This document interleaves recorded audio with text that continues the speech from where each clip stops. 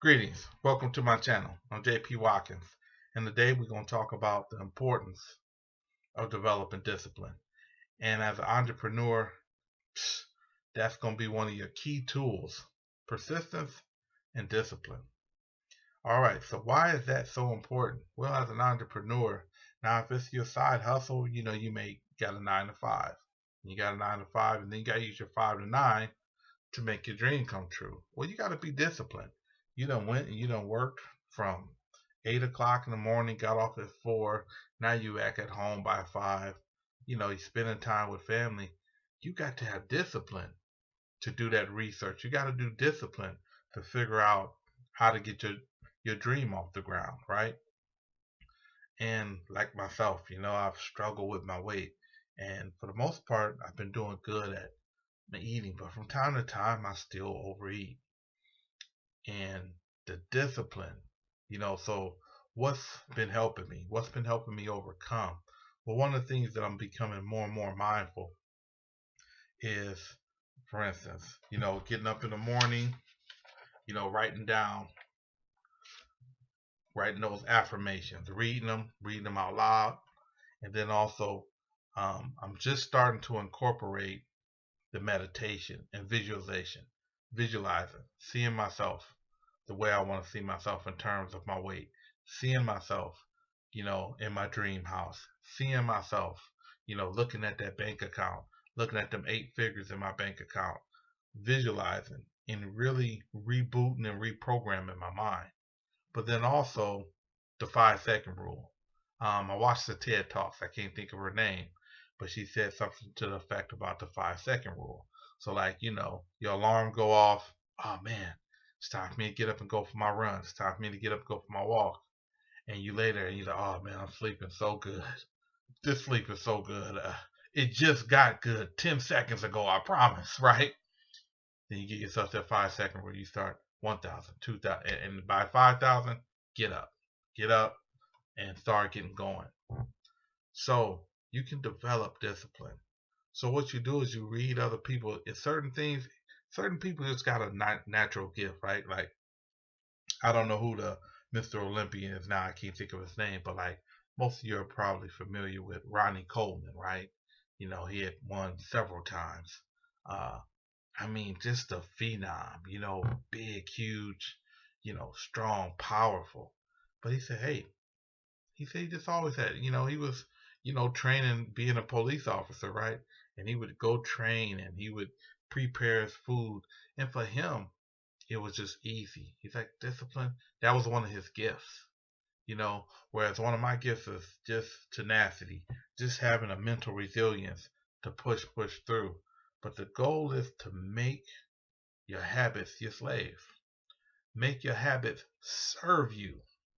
So a lot of times, if we sitting around overeating, if we sitting around not doing, smoking, drinking, tearing our body down, we sitting around watching, 6, 7 hours of TV a day, is those habits helping you? Now, I'm not saying don't enjoy yourself. I'm not saying, hey, don't enjoy dinner, not don't enjoy life. I'm just saying how much of what you're doing today is going to benefit you tomorrow. And I think it was Jim Rohn that says, discipline weighs ounces, regret weighs tons, you know? So think about that. You know, discipline, it only weighs, sardines. Regret weighs whales. Think about that. That's powerful. And for so many people, and as somebody who worked in human services, I worked as an STNA, state tested nurse's aide, and I remember working with people that wore regret on their face, that wish. I remember one guy, he said it, he said, man, if I had knew I was going to live this long, I took better care of myself. And I could just constantly see, he could barely breathe, and he said he had smoked like 4 packs of cigarettes a day. And of course, technology is now we got access with Google. It's a lot more stuff available at our fingertips now, right? So we know better and we can do better. But the challenge is sometimes we know better and we still don't do better. So what I'm saying is everything can be a cinch if you do it inch by inch. Don't feel like you got to jump in and start this revolutionary change. Ask yourself right now, what's the one thing? What's the one thing that's hurting you the most? Are you smoking 2, 3 packs of cigarettes? Are you not being as active? Are you not taking action? Maybe you got your business and you need to get sales. Maybe you need to make those cold calls. And you said, man, but I hate making those cold calls. But that's one of the number one things that put us out of business. Not having customers, right? And I can't think of the name of the book, but it was an interesting concept.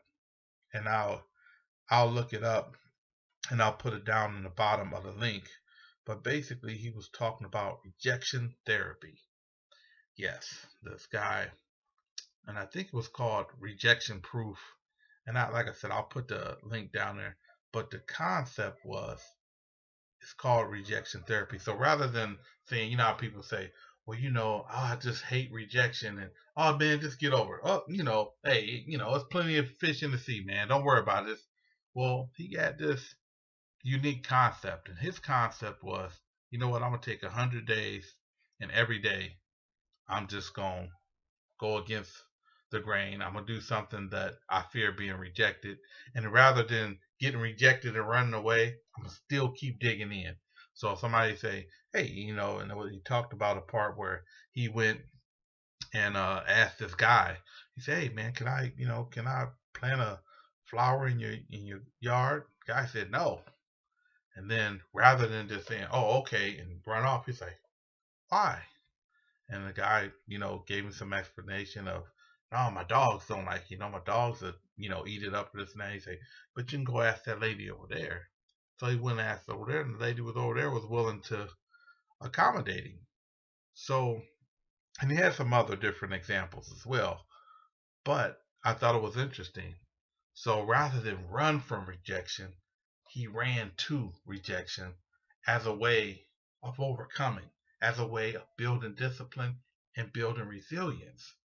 So I want to ask you to start thinking of that thing that you are running away from, whatever it is, making those cold calls, or even just thinking differently. Instead of thinking of chasing this and chasing that, let's think of, like me, I do some fasting, I do some intermittent fasting, to where learning to think about food differently, so eating to live rather than living to eat.